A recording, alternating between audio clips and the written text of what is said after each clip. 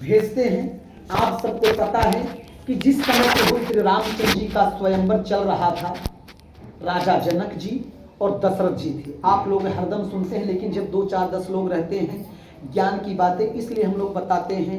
उस 10 लोग में 15 लोग में अगर एक लोग भी उसको आपने अपने जीवन में उतार लिया तो आपका जीवन धन्य हो जाएगा। और प्रभु ने जन्म दिया मुझे ब्राह्मण करने, यह पूजा पाठ सुनाता हूँ तो मेरा भी कर्म से हम फल को प्राप्त कर जाएंगे।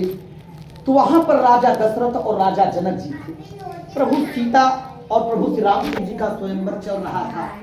वहां पर राजा दशरथ जाते हैं और अपनी जो रुमाल है मान सम्मान की, उसको जनक जी के चरणों में रख देते हैं। जनक जी बहुत परेशान हो जाते हैं, सोचते हैं कि बेटे वाला तो महान होता है, लेकिन ये बेटे वाला आज कैसा उल्टा काम कर रहा है। राजा दशरथ तुरंत वहां खड़े हो गए, बोले आप दाता हो, लेने वाला हमेशा भिखारी होता है। आपके यहाँ मैं पूजा सुनाने आया हूँ, डॉक्टर साहब 1000 दे देंगे तो मेरी इच्छा होगी डॉक्टर साहब से मैं कहता तो 2000 मिल जाता। किसी की इच्छा आज तक इस जीवन में बता दो, अगर भरा हो तो बताओ। आपके पास एक कमरा है तो आप सोचोगे एक कमरा और बन जाए, एक कमरा बन जाने के बाद ये बन जाए, वो बन जाए, और ऐसे करते करते एक दिन हम आप यहाँ से चले जाते हैं। लेकिन प्रभु से जो प्रार्थना करके आए हैं वो हम आप कभी याद करते हैं? कभी नहीं याद करते हैं। और आज सेम वही उल्टा है। जब हम अपने बेटी के विवाह करने जाते हैं, बेटे वाले हमसे सौदा करते हैं। पहले समधि का मतलब क्या होता? हम सम हो जाएं, जो हमें हमारे कष्टों को, हमारे परिवार के दुख की घड़ी में बीच होकर सम्मिलित हो, वही समधि होता था। आज लोग सौदा करते हैं कि हमें इतना पैसा दोगे तभी मैं बेटी का आपके विवाह करूंगा, नहीं तो नहीं करूंगा। अरे सोच लीजिए, जो बेटी अपना दे सकता है, जन्म देता है बेचारा पिता, अपने घर में वो जाकर मजदूरी करता है, नमक रोटी खाता है, नमक रोटी खाकर अपने धन को अर्जन करता है। और जब बेटी का विवाह करता है तो पूरे समाज को, बारातियों को और बारात के जो मालिक आते हैं उन्हें पनीर पकौड़ा खिलाता है। उसके बाद भी लोग खाने के बाद क्या कहते हैं कि आपने क्या किया। तो ये चीज कभी भी आप ध्यान दीजिए, अगर आप अपने बेटे का विवाह कर रहे हो तो जो उसके सामर्थ्य है वो जो दे उसको आप लीजिए।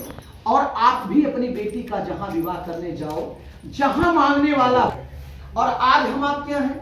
भगवान से प्रार्थना करके आए हैं कि हे परमात्मा, इस गर्भ से मुझे बाहर कर दो, इस नर्क से बाहर कर दो, मैं संसार में जाऊंगा तो आपका गुणगान करूंगा। और प्रभु की कृपा से हम आप यहाँ आ गए।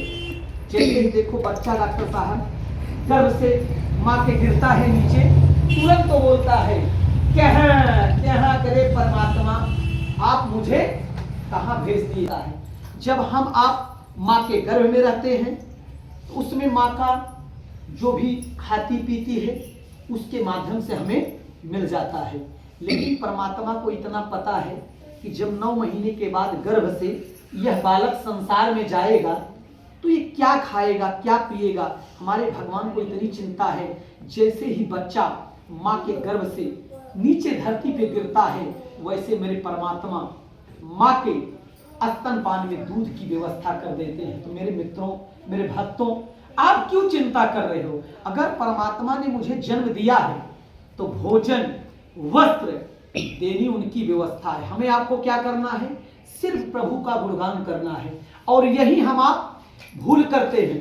कहीं पूजा पाठ यज्ञ अनुष्ठान होता है, देखो वहां जाने के किसी के पास टाइम नहीं। लेकिन अगर पड़ोसी का भी झगड़ा हो जाए तो सारे लोग वहां पहुंच जाएंगे, इकट्ठा हो जाएं।